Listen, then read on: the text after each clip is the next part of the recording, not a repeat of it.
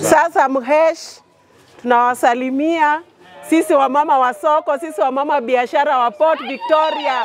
Hamjambo? Hello Mheshimiwa Siadera. Bwana, tupo hapa Port Victoria na hii ni Bunyala West Ward, Bunyala Sub County ndani ya Busia County.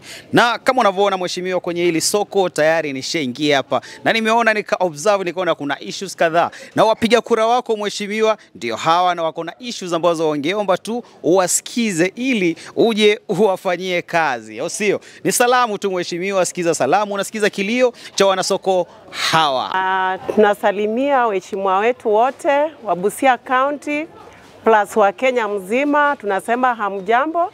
Ni jioni njema ambao tumekusanyika hapa kama wafanyabiashara wa Port Victoria. Sisi ni wamama ambao wanafanya kazi hapa katika hii soko la Port Victoria, na ni changamoto ambao tunapitia katika hili soko. Leo hii tumeamua ya kwamba tutoe sauti yetu ili tuweze kusikika katika Kenya mzima, ili tuweze kupata usaidizi. Sisi kama wafanyabiashara tunapitia changamoto. Kwa hii soko sasa ni miaka 4 hatuna stima. Kwa hii soko tunapitia changamoto, hatuna security ya kutosha. Mara mingi vitu zetu tukiwacha zinaibiwa. Kwa hivyo tunaomba usaidizi kutoka serikali yetu na waheshimiwa wetu waweze kukuja pamoja, waweze kutusaidia ili tuweze tupite changamoto ambao tunapitia kama wafanyabiashara wa Port Victoria. Na pia tunaomba ya kwamba ikiwezekana sisi kama wamama wenye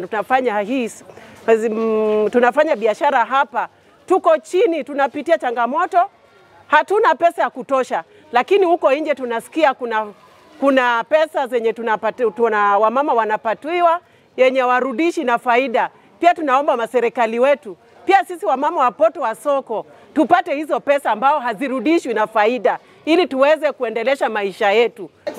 Kwa majina naitwa Kendrick Sanya. Mimi ndio mwenyekiti wa hili soko la Port Victoria.